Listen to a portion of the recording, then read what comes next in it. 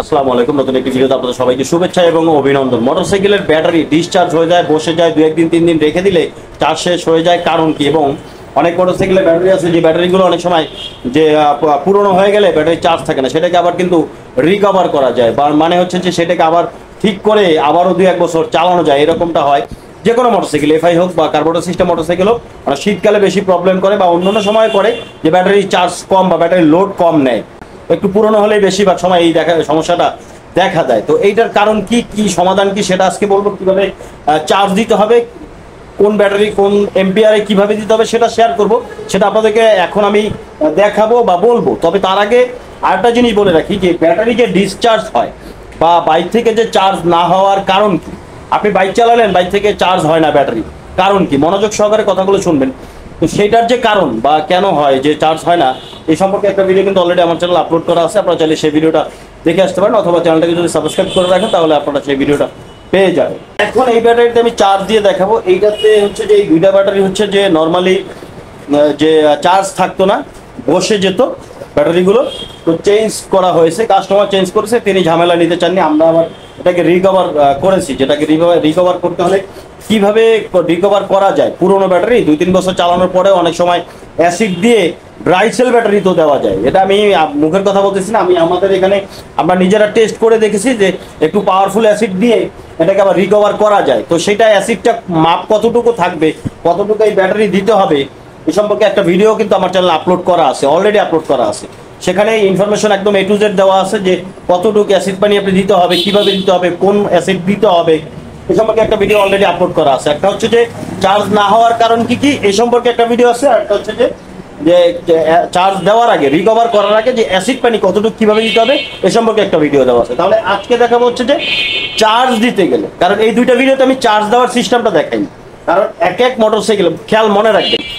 আপনার মোটরসাইকেলের হচ্ছে যে অ্যাম্পিয়ার একরকম হতে পারে, অন্য আরেকজনের মোটরসাইকেলের কিন্তু ভোল্ট 12 ভোল্ট, অ্যাম্পিয়ার কম বেশি থাকে। যেমন 12 ভোল্ট 5 অ্যাম্পিয়ার থাকে, 12 ভোল্ট 9 অ্যাম্পিয়ার থাকে, 12 ভোল্ট 7 অ্যাম্পিয়ার থাকে, 12 ভোল্ট 3 অ্যাম্পিয়ার থাকে। এইরকম অ্যাম্পিয়ারটা ভিন্ন ভিন্ন হয়ে থাকে। এইখানে চার্জের ক্ষেত্রে বা চার্জ দেওয়ার ক্ষেত্রে কিন্তু অনেক সময় যেটা করে যে ভুল করে, যে এই অ্যাম্পিয়ার যদি 5 অ্যাম্পিয়ার থাকে, সেই ক্ষেত্রে দেখা যায় কি আমরা 100 বা 80 অ্যাম্পিয়ার অনেক সময় চার্জ দিয়ে দেই বড় মেশিনে। তখন যেই ক্ষতিটা হয়, যে ব্যাটারিটা একদমই নষ্ট হয়ে যায়। যেমনটা আমি আগে ভিডিও দিয়েছি, চ্যানেল সাবস্ক্রাইব করে রাখলে আপনি পেয়ে যাবেন। তো এইটাতে চার্জ দেওয়ার কোন ব্যাটারি কত এম্পিয়ার কিভাবে দিবেন, সেটা এখানে দুইটা ব্যাটারি রাখা আছে। আমি একটু দেখাই আপনাদেরকে, তাহলে আপনারা ক্লিয়ার বুঝতে পারবেন। যারা চ্যানেলটাকে এখনো সাবস্ক্রাইব করেনি, সাবস্ক্রাইব করে ফেলুন। যারা অলরেডি সাবস্ক্রাইব করেছেন তাদেরকে অসংখ্য ধন্যবাদ। প্রথমে বলে রাখি, শুরুতেই যেটা বলেছি সেটা হচ্ছে যে যেহেতু এগুলো ছোট ব্যাটারি, এটা হচ্ছে 12 ভোল্ট 4 অ্যাম্পিয়ার। খেয়াল রাখবেন এফজেড জিক্সার এই মোটরসাইকেলগুলিতে যেমন 12 ভোল্ট R15 CBR যেমন 4 অ্যাম্পিয়ার 5 অ্যাম্পিয়ার ব্যাটারি থাকে, বা 7 অ্যাম্পিয়ার 9 অ্যাম্পিয়ার হচ্ছে যে পালসারে সাধারণত থাকে। তো 4 অ্যাম্পিয়ার এটা হচ্ছে 12 ভোল্ট 4 অ্যাম্পিয়ার। একটু খেয়াল করুন, আমি দেখাই কোথায় লেখা আছে, একটু খেয়াল করুন। এই যে দেখুন, এইখানে খেয়াল করুন কি লেখা আছে, 12 ভোল্ট 4 AH মানে 4 অ্যাম্পিয়ার। এখানে লেখা আছে YTX 4L, হ্যাঁ 4L ব্যাটারি, 12 ভোল্ট 4 অ্যাম্পিয়ার, একদম স্পষ্ট ক্লিয়ার দেখা যাচ্ছে 12 ভোল্ট 4 অ্যাম্পিয়ার। আচ্ছা গেল, ডিফারেন্সটা বলবো আপনাদেরকে। এইটা হচ্ছে কত অ্যাম্পিয়ার, 12 ভোল্ট 5 অ্যাম্পিয়ার। খেয়াল করুন, এটা কিন্তু 12 ভোল্ট 5, এটা 12 ভোল্ট 4, হ্যাঁ। এবং পালসারের যে ব্যাটারিগুলো আছে সেগুলো থাকে আরও বড়, হ্যাঁ, সেটা হচ্ছে যে 12 ভোল্ট 9 অ্যাম্পিয়ার থাকে, এবং কি 12 ভোল্ট 7 অ্যাম্পিয়ার থাকে। এখন আমার কথা হচ্ছে সর্বোচ্চ মোটরসাইকেলের যে অ্যাম্পিয়ার থাকে এই 3 থেকে শুরু হয়, 3 4 5 6 7 8 9, 8 সাধারণত থাকে না, 9 অ্যাম্পিয়ার থাকে। তো সর্বোচ্চ অ্যাম্পিয়ার হচ্ছে 9। আর যে মেশিনগুলি থাকে ব্যাটারি চার্জ দেওয়ার, ব্যাটারির দোকানে বিভিন্ন দোকানে যে মেশিনগুলি থাকে সেগুলো কিন্তু অনেক হাই অ্যাম্পিয়ার 100 অ্যাম্পিয়ারের থাকে। যদি বিশ্বাস না হয়, আপনি যখন চার্জ দিতে যাবেন তখন একটু মেশিনের গায়ে লেখা দেখবেন, এভাবে লেখা দেখবেন 100 অ্যাম্পিয়ার লেখা থাকে, হ্যাঁ।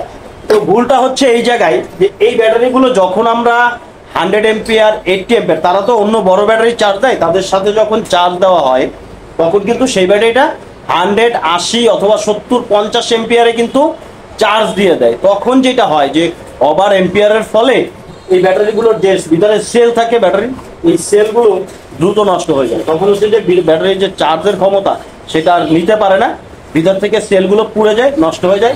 তখন চার্জ দেওয়ার সাথে সাথেই দেখবেন যে অনেক ব্যাটারি, বেশিরভাগ ক্ষেত্রে দেখা যায় যে ব্যাটারিগুলো চার্জ দেওয়ার সাথে সাথেই নষ্ট হয়ে যায়, আর চার্জ নেয় না, ব্যাটারি ভালো থাকে না, এই সমস্যাটা হয়। এই ক্ষেত্রে যেটা করবেন মেকানিক ভাইরা যেটা করবেন, বা আপনারা যখন চার্জ দিবেন বা দেওয়াবেন, তখন তাদেরকে বলবেন আপনার ব্যাটারিটা যে এম্পিয়ার আছে, আমি যেমনটা এখানে দেখালাম যেটা কিন্তু 12 ভোল্ট 4 এম্পিয়ার, এটা 5 এম্পিয়ার। যখন আপনারা চার্জ দিতে দেবেন তখন তাদেরকে বলবেন যে আমার ব্যাটারিটা যেহেতু 4 এম্পিয়ার আছে বা 5 এম্পিয়ার, 9 এম্পিয়ার, 7 এম্পিয়ার আছে, তাহলে আমার ব্যাটারিটা 7 এম্পিয়ারে চার্জ দিবেন। 7 এম্পিয়ারে 1 ঘন্টা চার্জ দিলে ফুল চার্জ। আর যেটা এই যে ছোট ব্যাটারিটা, এই যেটা 4L দেখালাম 4 এম্পিয়ার, এটা যদি 4 এম্পিয়ারে আমি 1 ঘন্টা চার্জ দেই তাহলে আমার এটা ফুল চার্জ হয়ে যাবে, হিসাবটা মনে রাখবেন।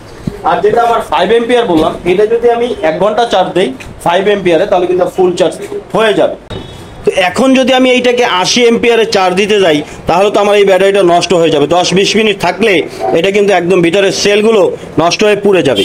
তো যার জন্য আমরা যেটা করি মেকানিক ভাইরা, আমরা যেটা করি সেটা হচ্ছে যে দেখুন এখানে আমার এখানে এই যে ব্যাটারি যে চার্জ দেওয়ার মেশিন, এই যে এটা হচ্ছে ছোট মেশিন, এই যে দেখুন মেশিনটা হচ্ছে এই ছোট একটা মেশিন, চার্জের মেশিন। এগুলো কিনতেও পাওয়া যায় বাইরে, অথবা মেকানিক ভাইরা আপনারা এগুলো বাইরে থেকে কিনে নিতে পারবেন, কিনতে পাওয়া যায় রেডিমেড 12 ভোল্ট 10 এম্পিয়ার অথবা 20 এম্পিয়ার সর্বোচ্চ আপনারা নিতে পারবেন। 20 এম্পিয়ার বা 15 এম্পিয়ার নিলে এই ধরনের মোটরসাইকেলে যত ব্যাটারি আছে সব ব্যাটারি চার্জ দিতে পারবেন, ব্যাটারি নষ্ট হবে না। এই আমার এইটা হচ্ছে যে 12 ভোল্ট 20 এম্পিয়ার, এটা সর্বোচ্চ 20 এম্পিয়ার সাপ্লাই দিবে। তো আমি এই মেশিনটা দিয়ে যদি এই ব্যাটারিটাকে চার্জ দেই আমার সর্বোচ্চ 1 ঘন্টা সময় লাগবে। দেখুন আমি যখন লাইন অন করলাম, এই যে খেয়াল করুন এখানে আমার লাইট জ্বলতেছে, হ্যাঁ চার্জে আছে। তো এটা হচ্ছে 5 এম্পিয়ার, যেমনটা দেখিয়েছে এটা 5 এম্পিয়ার ব্যাটারি, এই যে দেখুন 12 ভোল্ট 5AH 5 এম্পিয়ার, হ্যাঁ 5L। তো এটা হচ্ছে 4L। তো এইটা যদি আমি 5 এম্পিয়ার, আমার এখানে চার্জ দিচ্ছে কতক্ষণ, কত এম্পিয়ার, আমার এটা দিচ্ছে 20 এম্পিয়ার। তার মানে আমি যদি এইটাকে সর্বোচ্চ 20 মিনিট চার্জে দেই তাহলে কিন্তু 20 মিনিট কেন, এটা যদি 30 মিনিট আমি লাগিয়ে রাখি তাহলে এই ব্যাটারিটার কোনো ক্ষতি হবে না। কিন্তু এই ব্যাটারিটা মোটামুটি 10 মিনিটে বা 15 মিনিটের ভিতরে এটা কিন্তু ফুল চার্জ হয়ে যাবে। তারপরে সাধারণত আমরা 15 থেকে 20 মিনিট রাখি যাতে ব্যাটারিটা গরম হয়, ফুল চার্জটা হয়।